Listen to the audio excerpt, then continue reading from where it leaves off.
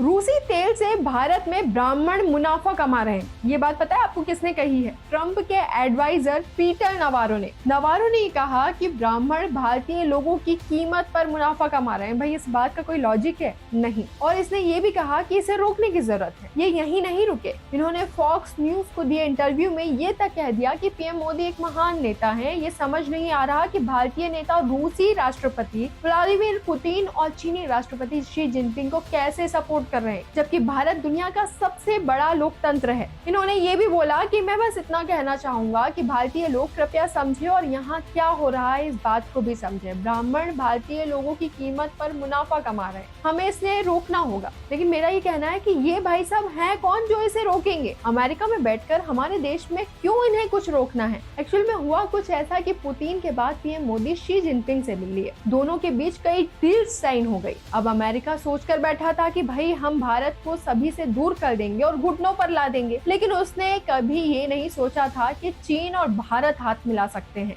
अब उसने सोचा था कि भाई ट्रंप जो कहेंगे हम वो मान लेंगे, और हो ये गया है कि ट्रंप का तो फोन भी नहीं उठाया जा रहा। और अब 3 शक्तिशाली देश रूस, चीन और भारत एक साथ खड़े हैं। तो ट्रंप ये चाह रहे हैं कि भारत में जो जातिवाद है उसे बढ़ा देते हैं। एक्चुअल में इसी को गंदी वाली पॉलिटिक्स कहा जाता है। अगर ऐसे शक्तिशाली देशों की बात किसी देश की सरकार नहीं मानती तो उस देश की सरकार पर से ही लोगों का भरोसा उठाने की कोशिश की जाती है। ऐसे में सबसे कमजोर कड़ियों पर वार किया जाता है ताकि मौजूदा सरकार गिरे और अगली सरकार आए और उसके साथ हाथ मिलाकर चल सके। यही वजह है कि इन दिनों आप जाति, दलित, ब्राह्मण, हिंदू ये सब का नारा बहुत सुन रहे होंगे, और इन्हें पता है कि ब्राह्मणों के लिए दलितों की नफरत भड़काकर ही अपना काम निकाल सकते हैं। और हो भी कुछ ऐसा ही रहा है। इवन आपने हमारे देश में भी कई लोगों से ये नारा हाल फिलहाल में सुना ही होगा, जाति जनगणना से चाहे वो विपक्ष ही क्यों ना हो। एक्चुअल में उसके पीछे का रीजन